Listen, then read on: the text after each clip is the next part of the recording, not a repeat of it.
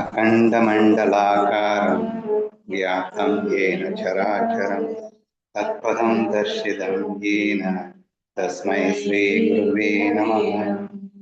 शङ्करं शङ्कराचार्यं केशवं बादरायणं सूत्रभाष्यकृतो वन्ते भगवन्तौ पुनः पुनः। ईश्वरो गुरुरात्मेति मूर्तिभेदविभागिनी व्योमवद्यात्मदेहाय दक्षिणामूर्तये नमः।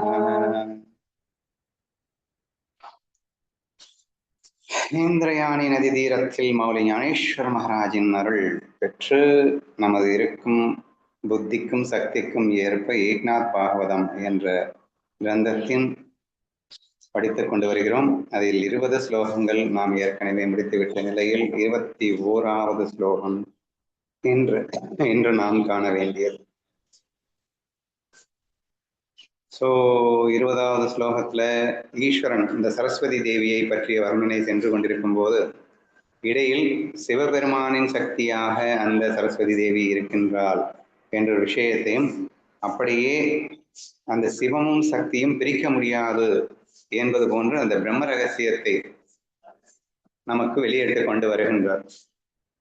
அதாவது குருவணக்கம் என்ற பெயரிலே, ஈஸ்வர ஸ்துதி என்ற பெயரிலே இங்கே பிரம்ம ரகசியம் வெளியிடப்படுகிறது அப்படிங்கிறது தான் ஆச்சரியம். இப்ப நம்ம 21வது ஸ்லோகத்துக்கு போயிடலாம். Her sweetness is indescribable, dwelling in the 4 levels of speech. Therefore, goddess Vakiswari clearly reveals the pure taste of the book's meaning.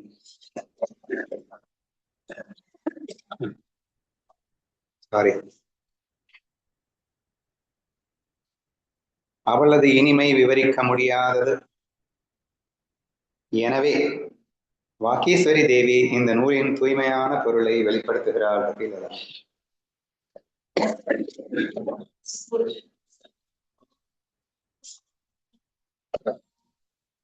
என்று ஏக்நாத் மகாராஜ் சொல்லியதன் வாயிலாக ஒன்றை அவர் மிக தெளிவாக கூறுகிறார்.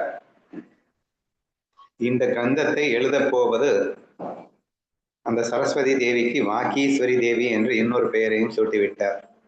வாக்கு என்றால் பேச்சு, அந்த வார்த்தை, அதற்கு ஈஸ்வரன் என்று ஒரு அர்த்தத்தில் வாக்கீஸ்வரி தேவி என்று சரஸ்வதியை துதிபாடி அவள்தான் இந்த நூலின் தூய்மையான பொருளை தெளிவாக வெளிப்படுத்துகிறாள் என்ற ஒரு விஷயத்தை எடுத்து சொல்கிறார்.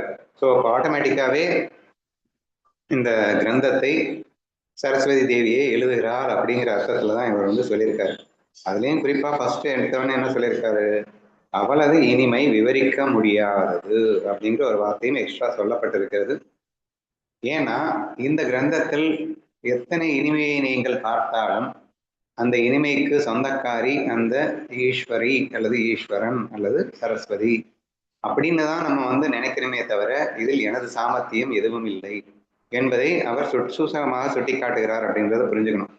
ஏன்னா இன்னைக்கு எக்கச்சக்கமான பேர் ஏக்நாத் பாகவதத்தை பெருமையாக ஒவ்வொன்று புகழ்ந்துட்டு இருக்காங்கன்னா அந்த புகழுக்கு சொந்தக்காரன் ஏக்நாத் அல்ல, அந்த புகழுக்கு சொந்தக்காரன் உண்மையில் ஈஸ்வரன் அல்லது சரஸ்வதி தேவி என்ற ஒரு விஷயத்தை அவர் சுட்டிக்காட்ட நினைக்கின்றார். அதன் ரிசல்ட் தான், அதனுடைய விளைவு தான் ஆக்சுவலா இந்த மாதிரி ஒரு ஸ்லோகத்தை அவர் எழுதியிருக்கிறார் அப்படின்னு மட்டும் புரிஞ்சுப்போம்.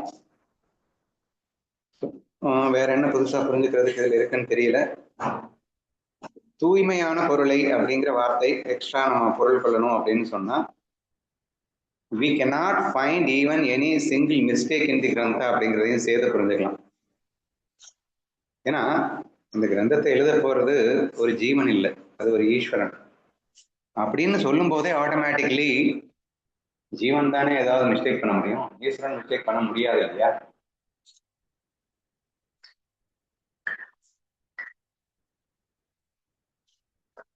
என்ற அடிப்படையிலும் கூட இதன் அர்த்தத்தை நீங்கள் எடுத்துக்கொள்ள வேண்டும் அப்படின்னு கேட்டுக்கிறேன். சரியா? அப்போ இந்த கிரந்தம் மிக இனிமையாக இருந்தால் அதற்கு காரணம் சரஸ்வதி தேவி. அது மட்டும் இல்லை, இதனுடைய தூய்மையான பொருளை அப்படின்னு சொல்லும் போதே இதெல்லாம் 100% தூய்மை மட்டுமே இருக்குன்னு அர்த்தம். அப்போ இதுல குறை சொல்லும்படியாக அல்லது தவறான விஷயங்கள் எதுவுமே இருக்காதுன்னு அர்த்தம். அந்த நூலின் தூய்மையான பொருளை தெளிவாக வெளிப்படுத்துகிறார். ஸோ கன்ஃபியூஷனே இல்லாம தெளிவாகன்ற அர்த்தத்துக்கும் நிறைய மீனிங் இருக்கு. நிறைய பேர் நிறைய விஷயங்களை பேசுவாங்க, பட் கன்ஃபியூஸ்டா இருக்கும் அப்படின்னு சொல்லுவோம் இல்லையா. ஒன்றும் இல்லை, நம்ம மறைமுகமாக எழுதக்கூடிய பாடல்கள் லைக் சித்தர் பாடல்கள்லாம் எடுத்துக்கிட்டிங்கன்னா அது நேரடியாக நமக்கு புரிஞ்சுக்கிறது ரொம்ப கஷ்டமா இருக்கும். அது வந்து கொஞ்சம் ஓரளவு மெச்சூர்டு ஒரு பர்சன்ஸ்க்கு மட்டும்தான் புரிகிற மாதிரி இருக்குமே தவிர எல்லாராலையுமே புரிஞ்சுக்க முடியாது. பட் இங்கே எழுதப்பட்டிருக்கிற அந்த ஏக்நாதி பாகவதம் அப்படிங்கிறது மிக தெளிவாகவும் இருக்க போகிறது, தூய்மையாகவும் இருக்க போகிறது, இனிமையாகவும் இருக்க போகின்றது. ஆனால் இது அனைத்திற்கும் காரணம் நான் அல்ல, சரஸ்வதி தேவியே. So this is the important point mention பண்ண வர்றாருன்னு நம்ம இந்த ஸ்லோகத்தில் எடுத்துக்கலாம். அவளது இனிமை விவரிக்க முடியாதது. எனவே வாக்கீஸ்வரி தேவி இந்த நூலின் தூய்மையான பொருளை தெளிவாக வெளிப்படுத்துகிறார். இனிமை, தூய்மை, தெளிவு இந்த கிரந்தத்தில் இருப்பதற்கு காரணம் சரஸ்வதி தேவியே. இதுதான் இந்த ஸ்லோகத்தினுடைய விளக்கம். So slowly we will move to the next one. She rides the swan that separates the real from the unreal. She sits effortlessly, Sahajasana, though she is invisible to the senses. இது கொஞ்சம் நல்லா டீட்டெயிலாகவே பார்க்கலாம் அப்படின்னு நினைக்கிறேன். உண்மையையும் பொய்யையும் பிரித்தறியும் ஹம்ச வாகனத்தில் அவள் அமர்ந்துள்ளார். விவேகம் அப்படின்னு நம்ம ஏற்கனவே சொல்லிட்டாரு. அந்த விவேகத்துக்கு விளக்கத்தை தான் இங்க கொடுத்துருக்காரு. நித்திய அனித்திய வஸ்து விவேகா அப்படின்னு சொன்னாலும் ஒண்ணுதான், உண்மை பொய்யை பிரித்தறியும் சக்தி அப்படின்னு சொன்னாலும் ஒண்ணுதான். நெக்ஸ்ட் ஒரு வார்த்தை வேற கொடுத்துட்டாரு, புலன்களுக்கு எட்டாதவள் அப்படின்ற ஒரு வார்த்தை சொல்லியிருக்காரு. ஆனாலும் அவள் இயல்பாக வீற்றிருக்கின்றாள் அப்படின்னு ஒரு வார்த்தை சொல்லியிருக்காருப்பா. யாராவது ட்ரை பண்ணுங்க, நான் அதுக்கப்புறமா சொல்றேன். ஈஸி பட் மீனிங்ஃபுல்லான ஒரு விஷயம் இருக்கு, கண்டுபிடிங்க. இது வந்து புலன்கள் அப்படிங்கிறது வந்து ஆப்ஜெக்ட் கிடையாது இவா. ஸோ காணப்படுவதும் அல்ல, கேட்கப்படுவது கிடையாது. இந்த சரஸ்வதியை வந்து உணரப்படுறதும் இல்லை.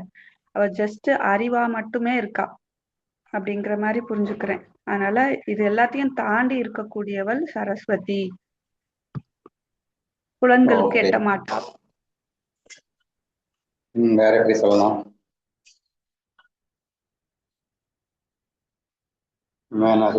அவரும் அப்படிதான் எதிர்காலடா. உலகு பயனுள்ளதையும் பயனற்றதையும் பிரிக்கும் விவேக அன்னத்தின் மீது அவள். ஏன் பயனுள்ளது பயனற்றதுன்னு போட்டாங்களா? உண்மைக்கு போய் இன்னொரு இடத்துல கூட அப்படிதான் போட்டிருக்காங்க. மராட்டியில பாரு, 22 தானே. சாராசார தானே, அதுக்கு எதுக்கு பயனுள்ளது பயனற்றதுன்னு போடணும்? சாராசார நிவடிதி ஜானி. யார் எழுதியிருக்கிறது இந்த புக்? அவரா எழுதினாரு? அண்ணா இல்லன்னா மராட்டியே தெரியாது. அவருக்குள்ள வந்து மராட்டியும் புரிய வச்சு ஒவ்வொன்னையும் எழுதினாரு ஒரு தாத்தா. சரி, ஓகே, சரி, இது பெட்டரா இருக்குமா? சாராச்சாரனாலே உண்மை பொய் தானே, நித்தியா நித்தியான்னு சொல்லலாம், இல்ல உண்மை பொய்ன்னு சொல்லலாம், பயனுள்ளது பயனற்றது அப்படின்னு சொல்லலாம் அப்படின்னு வேணா இருக்கு. கொஞ்சம் புரிஞ்சுக்கிறது சிரமமா இருக்கு. எனிவே வேற ஏதாவது சொல்ல விரும்புறியா? டக்குன்னு சொல்ல. உண்மையும் பொய்யையும் பிரித்தறியும் ஹம்ச வாகனத்தில் அவள் அமர்ந்துள்ளாள், புறன்களுக்கு எட்டாதவள், எனினும் அவள் இயல்பாக வைத்திருக்கிறாள். எப்படி புரிஞ்சு போற? எப்படி வந்து ஹம்சமானது, ஹம்சம் சொல்லக்கூடாது, ராஜஹம்சமானது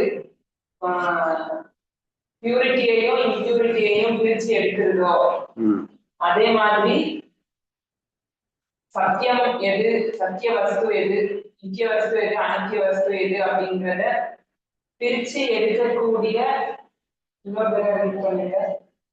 பிரிச்சு எடுத்துக்கக்கூடியதாகும். அதாவது ஒரு பாயிண்ட். நெக்ஸ்ட் பாயிண்ட், புலன்களுக்கு எட்டாதவள் எனினும் அவள் இயல்பாக வைத்திருக்கிறாள் அப்படின்றது அடுத்த பாயிண்ட். புலன்களுக்கு எட்டாமல் அப்படின்னு ஏன் சொல்லியிருக்காரு அப்படின்னா there is no forms or இப்படிதான் அப்படின்னு சொல்ல முடியாது. வாக் ஜெயிக்குது. ஸோ வாக்கு அப்படிங்கிறது வந்து சப்தம் அப்படின்னு நீங்க எடுத்துக்கலாம். ஸோ பிரம்மத்தை வந்து சப்தம் அப்படின்னு எடுத்துக்கும் போது வாக்கு எங்க இருந்து வருது அப்படின்னா சப்தத்துல இருந்து வருது. ஸோ அதை வந்து நம்ம புலன்களால அதை வந்து எட்டிட முடியாது. இதுக்கு முன்னாடி நம்ம முன்னாடி பார்த்தோம் இல்லையா? ஸோ அர்த்தத்தினாலதான் அந்த வாக்கு இருக்குதே தவிர புலன்களுக்கு எட்டாதவள்னா சரஸ்வதி தேவி, புலன்களுக்கு எட்டாதவள் அர்த்தம் தான். நீ ரொம்ப கன்ஃபியூஸ் ஆகாது, வளராது. சரி, நானே சொல்றேன். இதுல இதை எப்படி புரிந்து கொள்ள வேண்டும் அப்படிங்கிறது என் மண்டைக்கு தோன்றியது. யதா சக்தி யதாமதி சொல்லுவது தோன்றத சொல்றேன். ஃபர்ஸ்ட் திங் என்ன சொல்றாரு அப்படின்னா, நான் திரும்ப திரும்ப ஒரு விஷயத்த சொல்லிட்டு இருக்கேன். அவர் வந்து ஜீவன் அப்படிங்கிற பாயிண்ட்டை வந்து டம்மி பண்றாரு அப்படின்னு சொல்லிட்டேன். அந்த ஈஸ்வரன் அப்படிங்கிற தன்மையோடைய தான் இந்த மாயையை அனுபவிக்க வேண்டும் அப்படிங்கிற ஒரு விஷயத்தோட நான் பார்த்துட்டு இருக்கேன் இந்த கிரந்தத்தை. சரியா, இது வரைக்கும் அப்படிதான் வந்துட்டு இருக்கு. அப்போ நீ வந்து ஈஸ்வரன்ட்ட சரணாகதி பண்ணியிருந்தேன்னா, நீ உன் குரு கிட்ட சரணாகதி பண்ணியிருந்தேன்னா, அல்லது அது என்னது சர்வார்ப்பணமா ஈஸ்வரார்ப்பணம் பண்ணியிருந்தேன்னா, ஓகேவா அப்படின்னு புரிஞ்சுக்கணும். அப்படி பண்ணிட்ட அப்படின்னா அந்த ஈஸ்வரனுடைய தன்மை என்னன்னா, உண்மை பொய் இவற்றை பிரித்தறியும் தன்மை உடையவள் யார் அப்படின்னா ஈஸ்வரன், சரஸ்வதி தேவி, ஈஸ்வரன் எல்லாம் வச்சுக்கோ. சரியா? அப்போ நித்திய அனித்திய வஸ்து விவேகத்தை என் புலன்களாலோ என் புத்தியாலோ என் மனசாலோ நான் கண்டுபிடிக்க முடியாது. ஒரு ஜீவனின் மனமோ ஒரு ஜீவனின் புத்தியோ நித்திய அனித்திய வஸ்து விவேகத்தை கண்டுபிடிப்பது ரொம்ப ரொம்ப கஷ்டம். ஒரு புலன்களுக்கு எட்டாதவள் அப்படின்னு சரஸ்வதி தேவியை சொல்லியிருக்காரு. சரியா? எட்டாதவள் அப்படின்னா சரஸ்வதி தேவி புலன்களுக்கு எட்டாதவள். ஆனால் அந்த சரஸ்வதி தேவி தான் விவேக நித்திய அனித்திய வஸ்து விவேகம் அவளிடத்தில் தான் இருக்கிறது. உன் புலன்களுக்கு எட்டாதல் இருக்கின்ற அந்த ஈஸ்வரனிடத்தில் தான் இந்த விவேகம் உள்ளது அப்படின்னு சொல்லியிருக்காரு. அப்போ நீ என்ன செய்யணும்னா, உன் மனம் புத்தியை கொண்டு ஈஸ்வரனை அடைய ட்ரை பண்ணாத. மனம் புத்தியை விட்டுட்டு வா ஈஸ்வரன் கிட்ட. சரண்டர்னா என்ன? மனம் புத்தியை ஈஸ்வரனிடம் கொடுக்கறதுக்கு பேர் தான் சரண்டர். எப்போ மனம் புத்தியை ஈஸ்வரன்ட்ட கொடுத்துட்டியோ அப்போ உனக்கு விவேகம் வந்துரும்னு அர்த்தம். அப்ப விவேகம் யாருக்கு வருது? மனது புத்திக்கா வருது? ஈஸ்வரன்ட்ட இருக்கிற விவேகம் உனக்குள்ள வந்துருது. ஏன்னா நீ அர்ப்பணம் பண்ணிட்ட அப்படிங்கிறதுனால. நீ ஈஸ்வர அர்ப்பணம் பண்ணிட்ட அப்படிங்கிறதுனால உன் மனம் புத்தியை அர்ப்பணம் செய்த மொமெண்ட்ல நீ விவேகியாக மாறுகின்றாய் என்ற விஷயத்தை நமக்கு புரிய வைக்கிறார் அப்படின்னு எனக்கு தோணுது. சரியா? உண்மையும் பொய்யும் பிரித்தறியும் ஹம்ச வாகனத்தில் அவர் அமர்ந்துள்ளார். விவேகியாக ஈஸ்வரன் இருக்கின்றான்னு புரிஞ்சுக்கணும். அடுத்த வரியில புலன்களுக்கு எட்டாதவள் எனினும் அவள் இயல்பாகவே வைத்திருக்கின்றார். அப்போ புலன்கள் வந்து இந்த இயல்பாக வைத்திருக்கிறாள் அப்படிங்கிறதுக்கும் நம்ம அர்த்தம் கண்டுபிடிக்கலாம். இந்த மனசும் புத்தியும் வந்து it needs a lot of effort to understand something. இந்த உலகத்துல ஏதோ ஒண்ணு புரிஞ்சுக்கணும்னாலும் நீ எஃபோர்ட் எடுத்துதான் நம்ம புரிஞ்சுக்கணுமே தவிர டைரக்டாலாம் எதுவும் புரிஞ்சுக்க முடியாது. ஆனா இந்த பிரம்ம ரகசியத்தை நீ புரிஞ்சுக்கணும் அப்படின்னா நீ வந்து எஃபோர்ட் எடுத்து புரிஞ்சுக்க வேண்டிய அவசியம் இல்லை.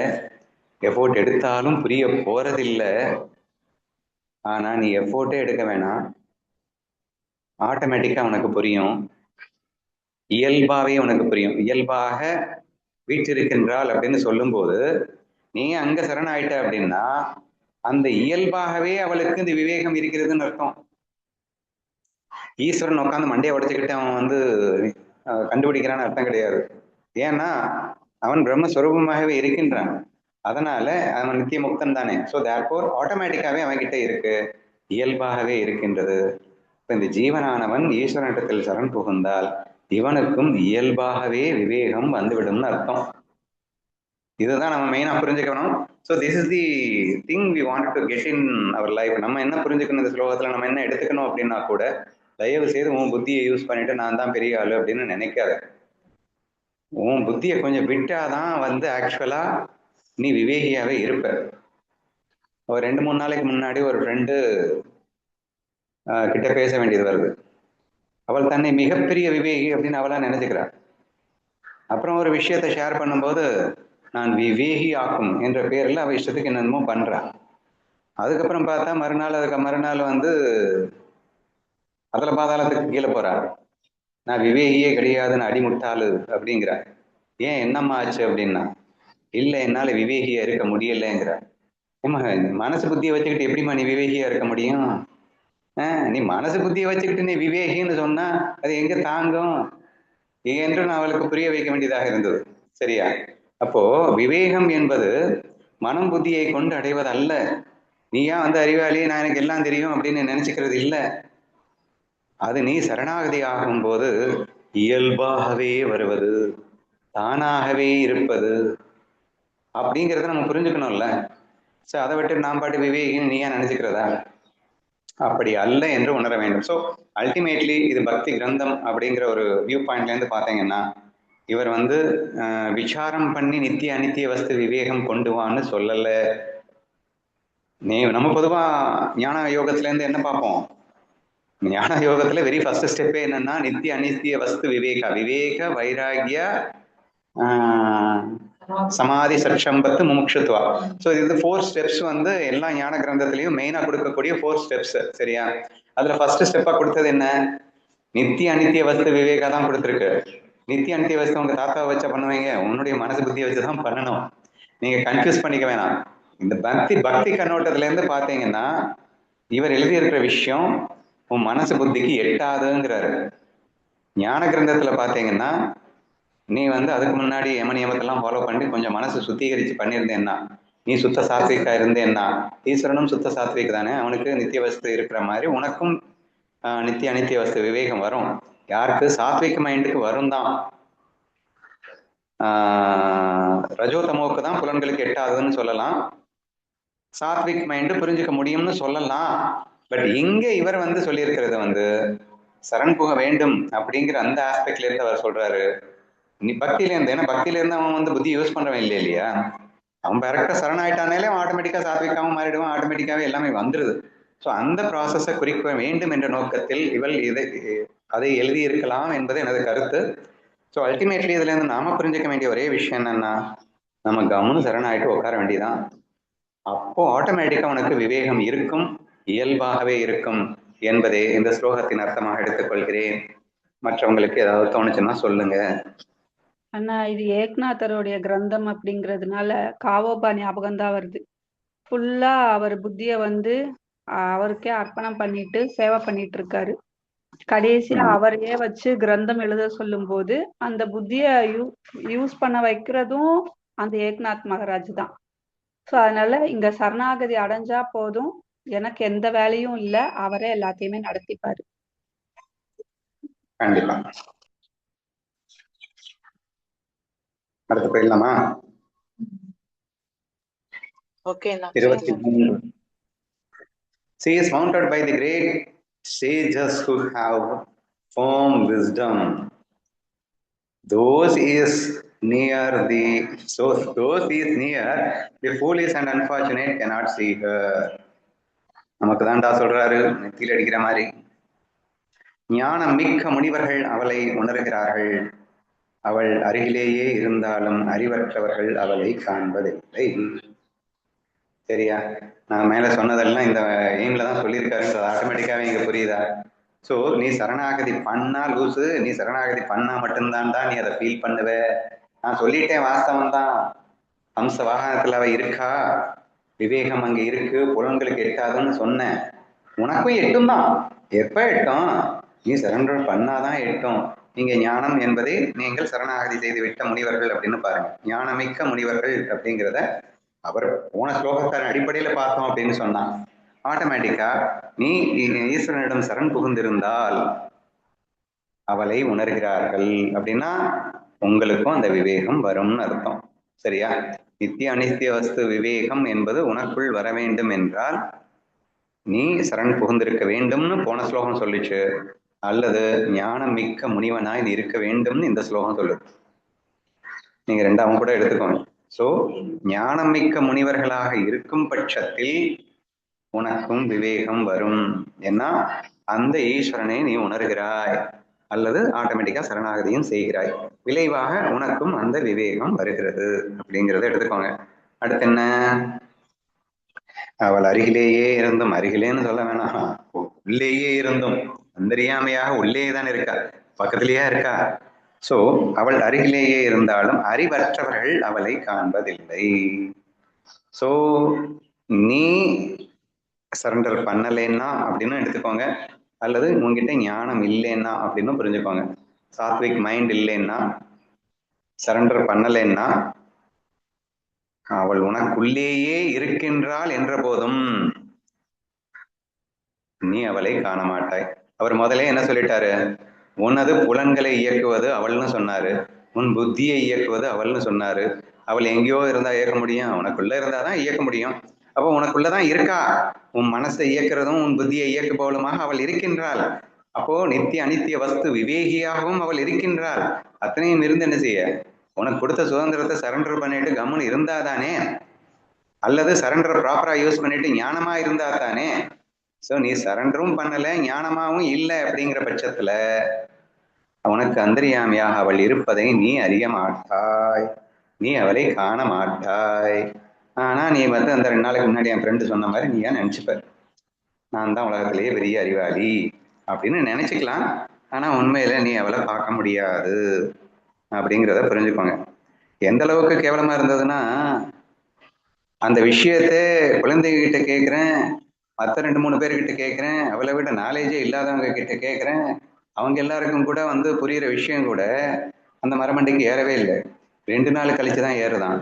அவ முதல்ல அவ்வளவு பெரிய விவேகி அப்படின்னு நான் நினைச்சுக்கிட்டேனே, கடைசியில தானே தெரியுது என்று சொல்லும் அளவுக்கு சரண்டர் இல்லை என்னால் புத்தி மழுங்கிவிடும் என்பதை புரிந்து கொள்ளுங்கள்.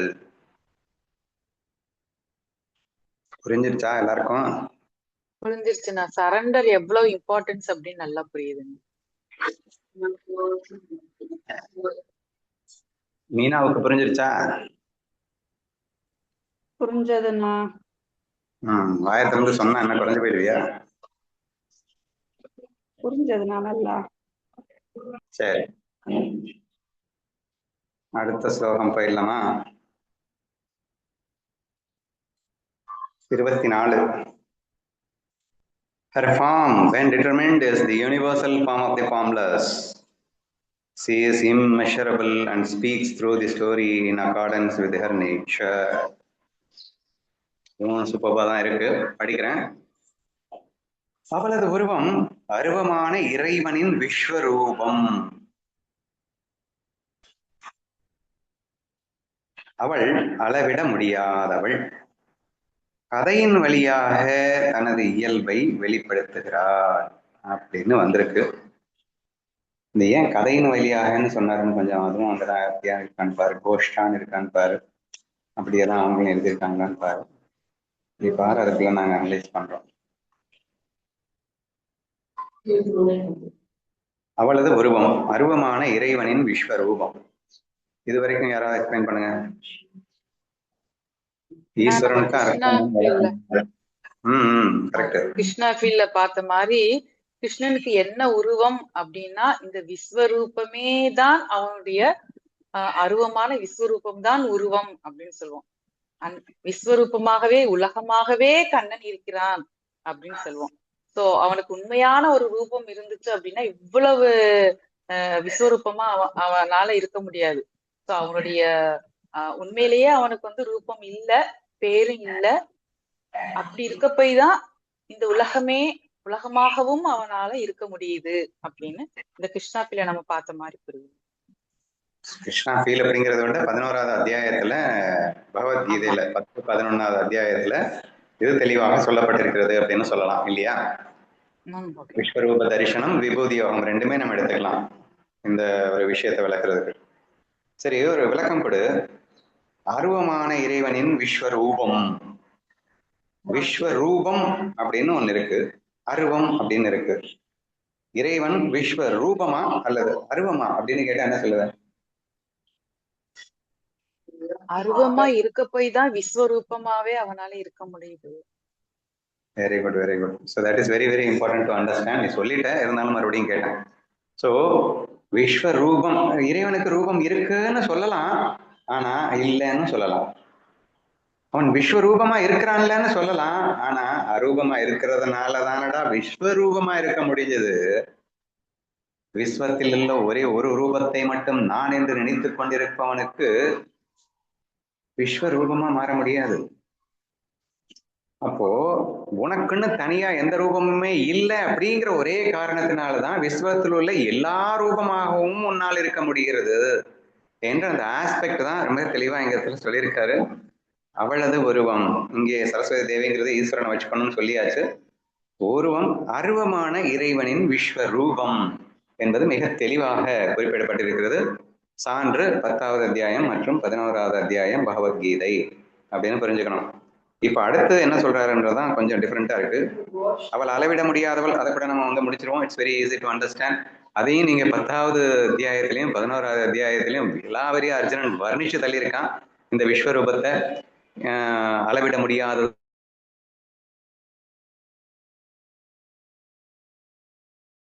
கீழே பார்த்தா நீதான் தெரியுது, சைட்ல பார்த்தா வெளியில இந்த சைட்ல பார்த்தா நீதான் தெரியுற, எனக்கு உள்ள பார்த்தாலும் நீ தான் தெரியுற, எனக்கு வெளியில பார்த்தாலும் நீ தான் தெரியுற. ரொம்ப பிரமாதமான ஒரு எக்ஸ்பிளனேஷனாக இருக்கும். ஸோ தேர்ஃபோர் அவள் அளவிட முடியாதவள் அப்படிங்கிறதுக்கு நம்ம கீதையினுடைய 10 மற்றும் 11வது அத்தியாயங்கள் மிகப்பெரிய சான்றாக எடுத்துக்கொண்டால் ரொம்ப ஈஸியா நம்ம அதை அண்டர்ஸ்டாண்ட் பண்ணிக்கலாம். சரியா? அடுத்த 2 வரி தான் நம்ம கொஞ்சம் யோசிக்க வேண்டியதா இருக்கு. கதையின் வழியாக தனது இயல்பை வெளிப்படுத்துகிறாள். அங்க என்ன சொல்லியிருக்கா? கதா அனுரூப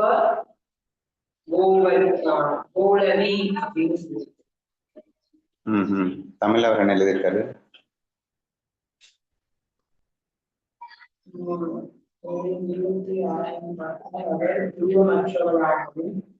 பிரபஞ்சத்தின் உருவமாக இருப்பதும் தெரிய வருகிறது. அப்படிப்பட்ட அவள் தானே உவமையற்ற கதைகளை சொல்ல வைக்கிறாள். ஓ, அப்படி சொல்லிட்டாரா அவரு? அவள் தானே உவமையற்ற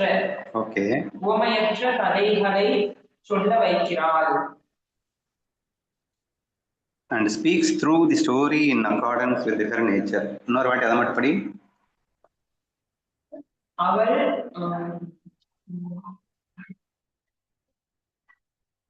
தானே உவமையற்ற கதைகளை சொல்ல வைக்கிறாள். இல்லையே, எங்க அப்படி இல்லையே.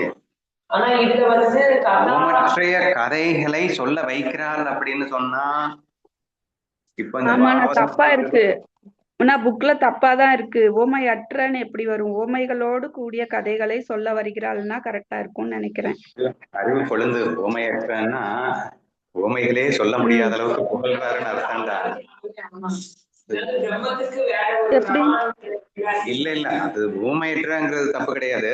இங்க நம்ம என்ன புரிஞ்சுக்கணும்னா, ஓமையற்ற கதையின் வழியாக வெளிப்படுத்துகிறாள்னா இந்த பாகவதம் அப்படிங்கிற கிரந்தத்தின் வழியாக அவள் தன்னை வெளிப்படுத்துகிறாள் நான் எடுத்துக்கிறதா?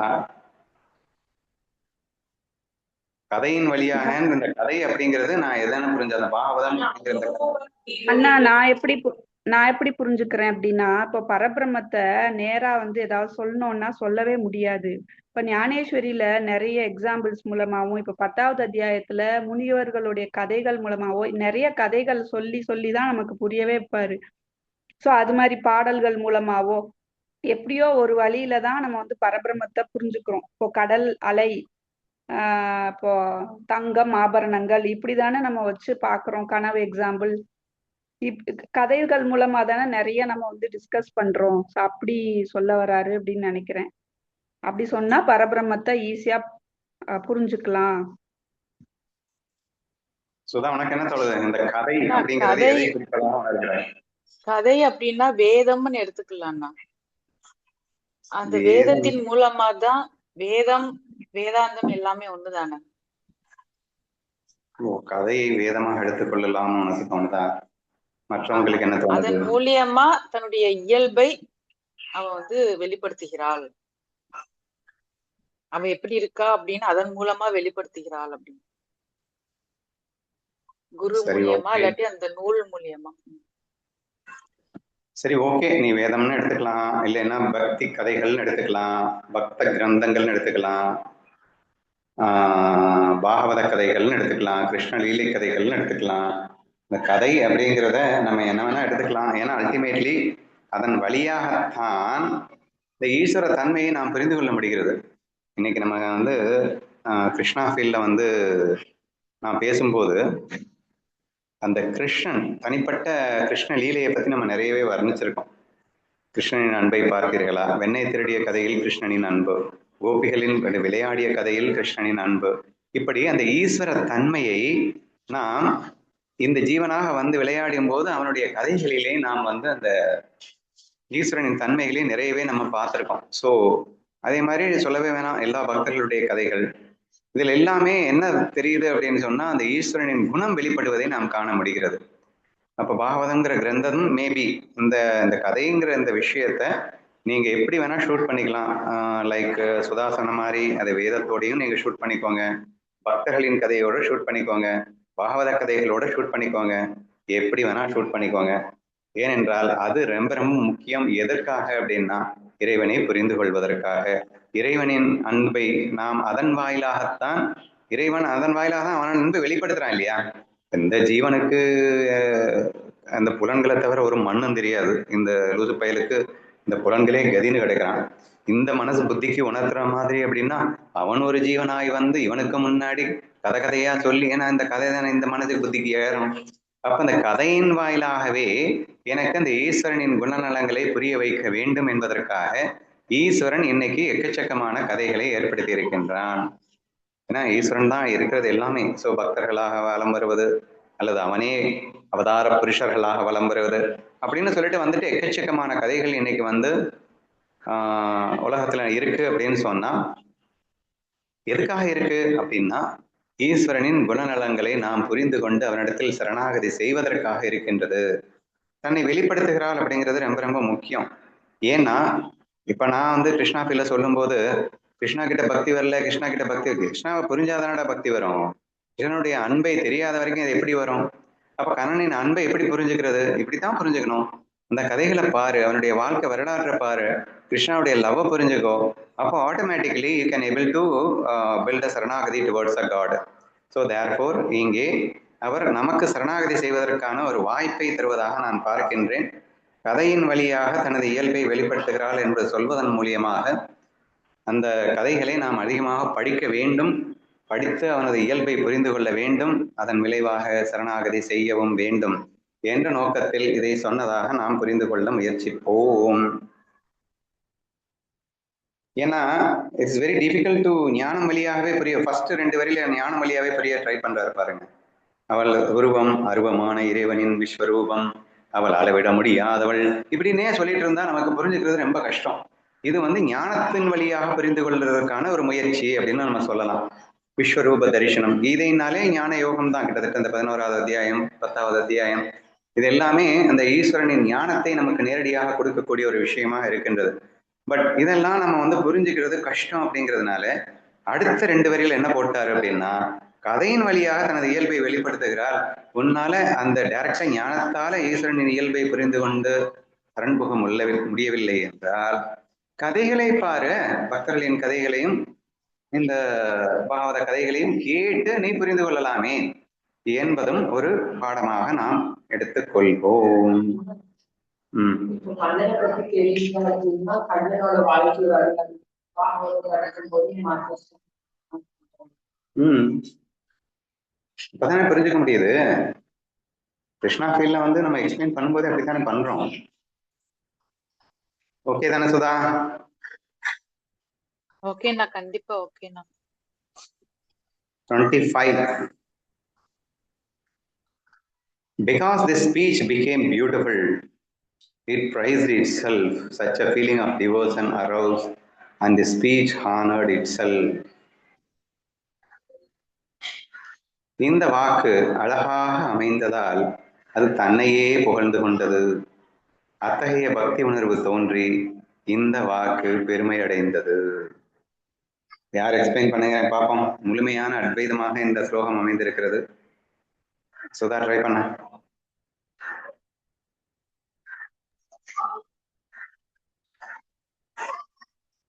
இப்ப இந்த மாதிரி சரஸ்வதி தேவி தானே எல்லாமே எழுதிட்டு இருக்காங்கிறப்ப இந்த மாதிரி வாக்கு வர்றது எவ்வளவு அழகா அமைஞ்சிருக்கு, அது தன்னையே புகழ்ந்து கொண்டது அப்படிங்கிறப்ப சரஸ்வதி தேவியே தன்னை புகழ்ந்து தன்னை வெளிப்படுத்துகிறாள் அப்படின்னு எடுத்துக்கலாம். சோ அத்தகைய பக்தி உணர்வு தோன்றி எல்லாமே இயக்குறது, எல்லாமே பண்றது, எல்லாமே பகவான் தான், ஈஸ்வரன் தான், சரஸ்வதி தேவி தான் அப்படின்னு நம்ம அந்த பக்தி உணர்வோட இருக்கும்போது நம்ம நம்ம இந்த வாக்கு வர்றது எல்லாமே அவனை பத்தி தான் வரும். என்ன வந்தாலும் அந்த ஞானேஸ்வரியில ஞான பக்தன் அவன் சும்மா நடந்தாலே கோயில்ல வலம் வர மாதிரி. சோ அந்த மாதிரி அவனுடைய வாக்கே பெருமையுடையதா இருக்கும். ஏன்னா அவன் ஃபுல் சரண்டர்ல இருக்கான், ஃபுல்லா பக்தி உணர்வுல இருக்காங்கிறப்ப, உள்ள இருக்க அந்த சரஸ்வதி தேவியே எழுதிட்டு இருக்காங்கிறப்ப, சோ இங்க அந்த எழுதுபவளும் சரஸ்வதி தேவி, உள்ள இருக்கிறதும் சரஸ்வதி தேவி, எல்லாமா இருக்கிறதும் சரஸ்வதி தேவி அப்படின்னு இருக்கிறது ஒண்ணுதான் அப்படின்னு சொல்லுவார்.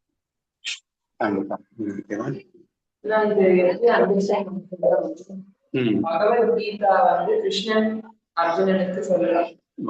அது எப்படி சொல்றான்னா, தன்னை பத்தி தானே பக்தியோட அங்க கிருஷ்ணன் தான் ஒரு கிருஷ்ணன் அப்படிங்கிற ரூபத்துல இருந்து ஈஸ்வரனை பத்தி இவன் எக்ஸ்பிளைன் பண்ற மாதிரி எக்ஸ்பிளனேஷன் இருக்கு. சில இடத்துல பார்த்தா இன்னும் பிரம்ம நிலையில இருந்து எக்ஸ்பிளனேஷன் கொடுக்குற மாதிரியும் இருக்கும். சில நிலையில ஈஸ்வர நிலையில இருந்தும் எக்ஸ்பிளனேஷன் கொடுக்குற மாதிரி இருக்கும். சோ இதுல பக்தி ஞானம் அப்படிங்கிறது ஒண்ணுக்கு ஒண்ணு கலந்தே இருக்கு. அப்படிங்கும் போது அந்த வரக்கூடிய வாக்கு அவ்வளவு அழகாவும் அவ்வளவு ரெஸ்பெக்ட்ஃபுல்லாவும் இருக்கு அப்படிங்கிற மாதிரி அண்டர்ஸ்டாண்ட். அதாவது கண்ணன் அவனுடைய கதையை அவனே சொல்லிக்கிறான் அப்படிங்கிற மாதிரி சொல்லுவாங்க. ஆமா ஆமா.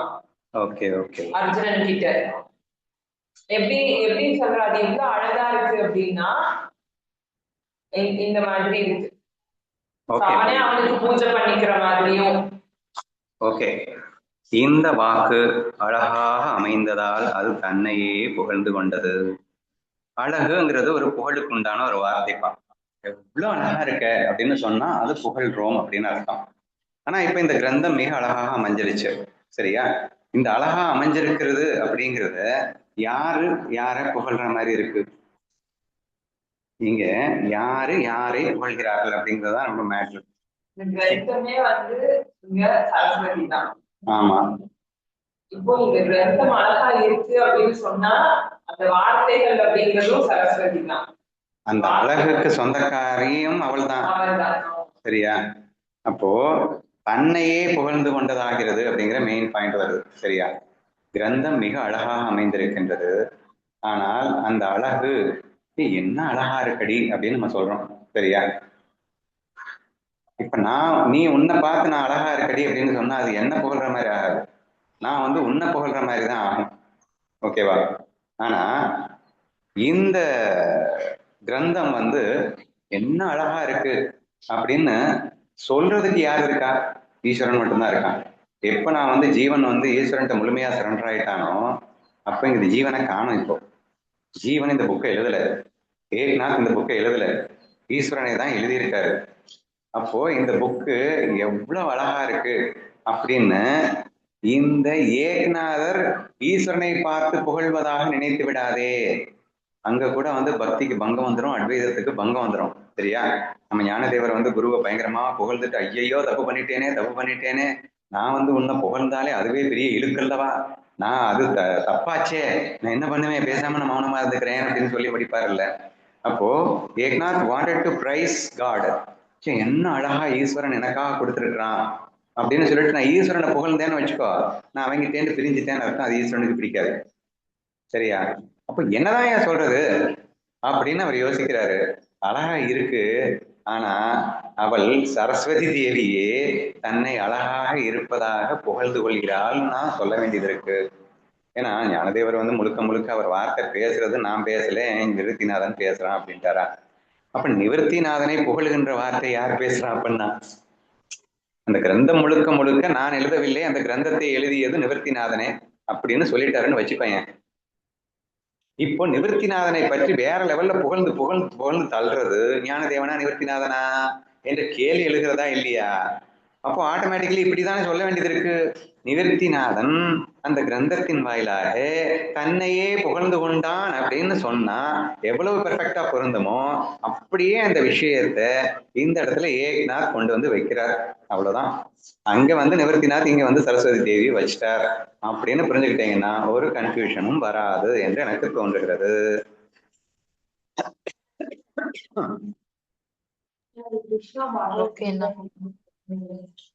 இது அடுத்த வரியை படிச்சிருவேன். அத்தகைய பக்தி உணர்வு தோன்றி இந்த வாக்கு பெருமை அடைந்தது அப்படின்னு ஒரு வார்த்தை வேற சொல்லியிருக்காரு. இந்த பக்தி உணர்வு யாருக்கு தோன்றியதுன்னு எடுத்துக்க. சுதா, நீதான் சொல்லணும். இதை வேணா நம்ம ஜீவனுக்கு எடுத்துக்கலாமா? பக்தி உணர்வு ஏகநாதருக்கு தோன்றிடுச்சா?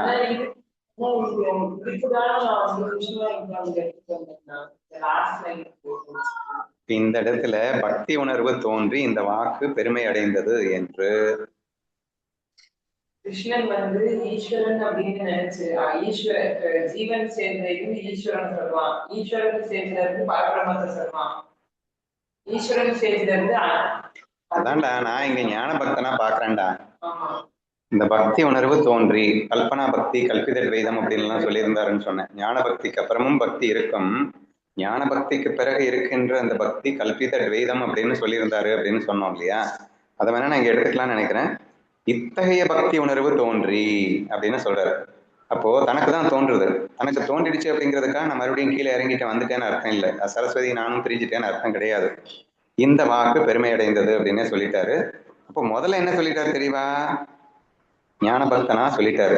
அங்க வந்து அவளே தான் அவளை புகழ்ந்து கொண்டிருக்கிறாள் அப்படிங்கிறத தெளிவுபடுத்திட்டு அப்பேற்பட்ட பக்தி உணர்வோடு இந்த கிரந்தத்தை எழுதியிருக்கிறார், அதனால் பெருமைப்படுத்தியிருக்கிறது. கல்பித துவைதத்தில் இருந்து நான் இந்த கிரந்தத்தை எழுதியிருக்கின்றேன். ஆக்சுவலா நான் எழுதவே இல்லை, ஈஸ்வரன் தான் எழுதியிருக்கான். சும்மா நாச்சுக்கும் நான் எழுதுற மாதிரி ஆக்ட் கொடுத்துட்டு ஒரு பாவனையை கொடுத்துருக்கேன். அப்போ அந்த பக்தி உணர்வு எனக்கு தேவைப்படுது.